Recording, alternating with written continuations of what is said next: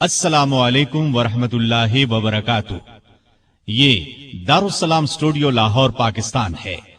دارالسلام studio کی ایک نئی پیشکش خلفائے راشدین کا چوتھا حصہ خلیفہ راشد سیدنا علی المرتضی رضی اللہ عنہ پیش خدمت ہے۔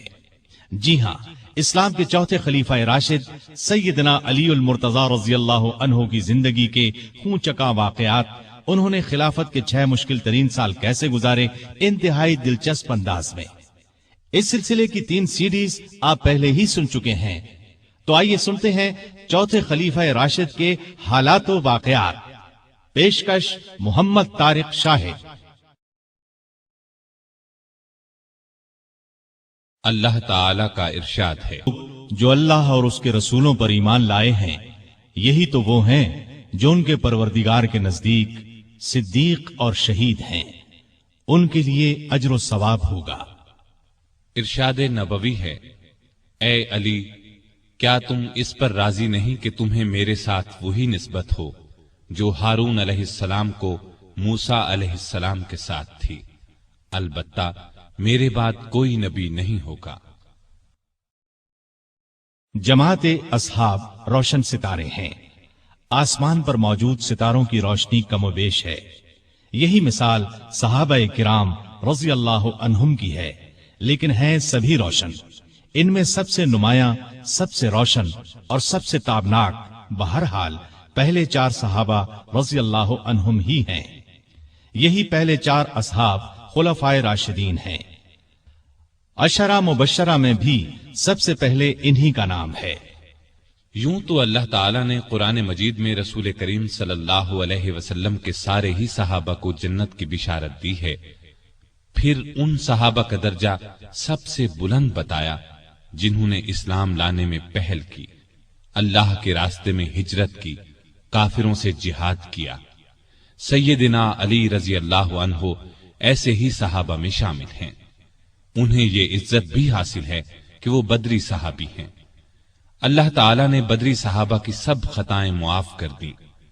علی بیعت رضوان کرنے والوں میں بھی شامل تھے کہ جن کو اللہ تعالیٰ نے واضح الفاظ میں اپنے راضی ہونے کی خوشخبری دی ہے، پھر انہیں شہادت بھی نصیب ہوئی۔ مسلمانوں کا ایمان ہے کہ راہ حق میں شہید جنتی ہیں۔ ان سب باتوں کے علاوہ سیدنا علی رضی اللہ عنہ ان 10 صحابہ میں بھی شامل ہیں جنہیں دنیا میں جنتی ہونے کی بشارت دی گئی، یعنی عشرہ مبشرہ میں ہیں۔ ان تمام خصوصیات کے علاوہ آپ کی ایک خصوصیت یہ بھی ہے کہ نبی صلی اللہ علیہ وسلم نے اپنی پیاری بیٹی سیدہ فاطمہ رضی اللہ عنہا آپ کے نکاح میں دی۔ اس جلیل القدر ہستی کی زندگی کے اوراق آپ کے سامنے رکھتے ہیں۔ سیدنا علی بن ابی طالب رضی اللہ عنہ 6 صدی عیسوی کے آخری سال یعنی 600 عیسوی میں یا 601 عیسوی میں مکے میں پیدا ہوئے۔ اس وقت رسول کریم صلی اللہ علیہ وسلم کی عمر 30 سال کے قریب تھی، گویا علی رضی اللہ عنہ آپ سے 30 سال چھوٹے تھے۔ ہجری سن سیدنا علی کی پیدائش کے قریباً 23 سال بعد شروع ہوا، مطلب یہ کہ آپ نے ہجرت سے 23 سال پہلے اس دنیا میں آنکھ کھولی۔ والدہ نے نام اسد یا حیدر رکھا، لیکن والد نے علی نام رکھا، پھر اسی نام پر دونوں کا اتفاق ہو گیا، البتہ حیدر ان کا لقب ہو گیا۔ آپ کی کنیتیں ابو الحسن اور ابو تراب تھیں۔ ابو تراب کی کنیت نبی کریم صلی اللہ علیہ وسلم نے عطا فرمائی۔ آپ کے لقب اسد، مرتضی اور حیدر ہیں۔ سیدنا علی رضی اللہ عنہ رسول کریم صلی اللہ علیہ وسلم کے سگے چچا ابو طالب کے بیٹے تھے۔ ان کا خاندان وہی تھا جو آپ کا تھا، اور یہ قبیلہ قریش کا سب سے زیادہ عزت والا گھرانہ تھا۔ یہ گھرانہ بنو ہاشم کہلاتا تھا۔ گویا نبی کریم صلی اللہ علیہ وسلم بھی ہاشمی تھے اور سیدنا علی بھی ہاشمی تھے۔ سیدنا علی کے والد کا نام تو عبد مناف تھا، لیکن وہ اپنی کنیت ابو طالب سے مشہور تھے۔ رسول کریم صلی اللہ علیہ وسلم کے والد جناب عبداللہ ان کے سگے بھائی تھے۔ ان کا نسب اس طرح ہے: ابو طالب بیٹے تھے عبد المطلب کے، عبد المطلب بیٹے تھے ہاشم کے، ہاشم بیٹے تھے عبد مناف کے، اور عبد مناف بیٹے تھے قصی کے۔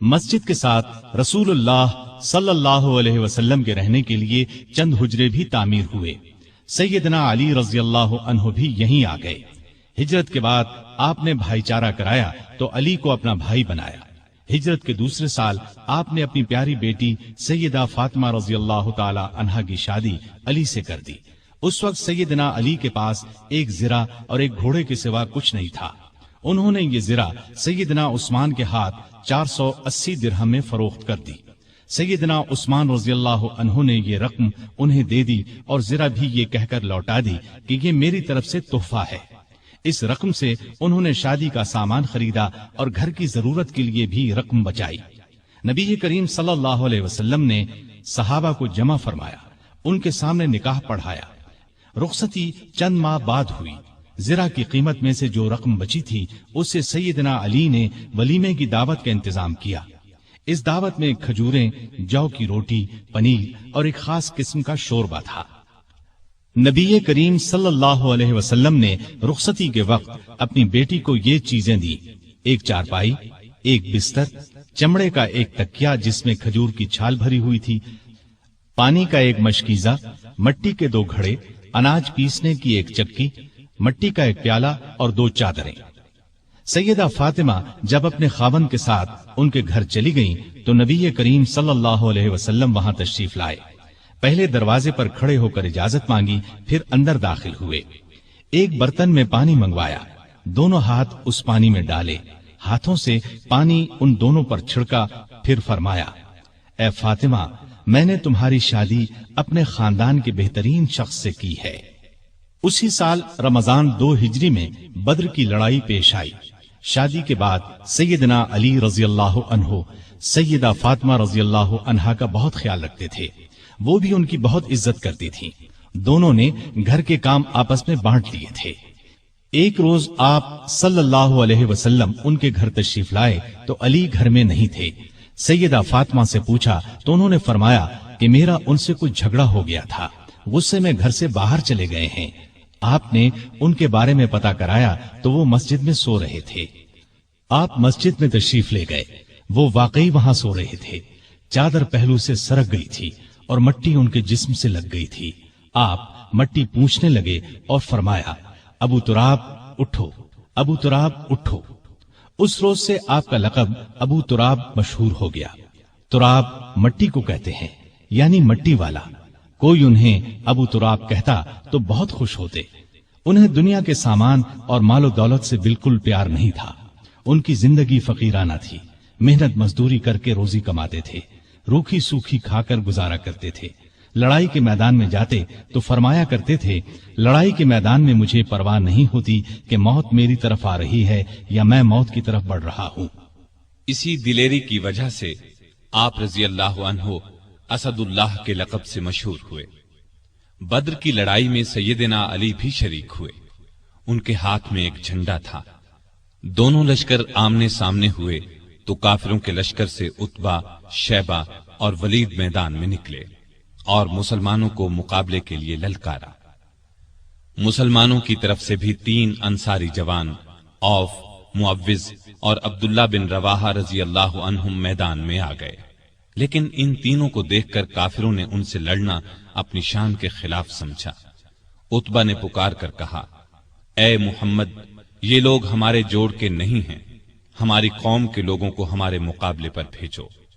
اس پر رسول اللہ صلی اللہ علیہ وسلم نے سیدنا علی، سیدنا حمزہ اور سیدنا عبیدہ بن حارث رضی اللہ عنہم کو حکم دیا کہ آگے بڑھ کر ان کا مقابلہ کریں۔ تینوں بہادر فوراً آگے بڑھے۔ اس وقت سیدنا علی رضی اللہ عنہ نے سر پر سفید صوف کا ترہ لگا رکھا تھا۔ ان کا سامنا ولید سے ہوا، سیدنا حمزہ کا عتبہ سے اور سیدنا عبیدہ کا شیبہ سے ہوا۔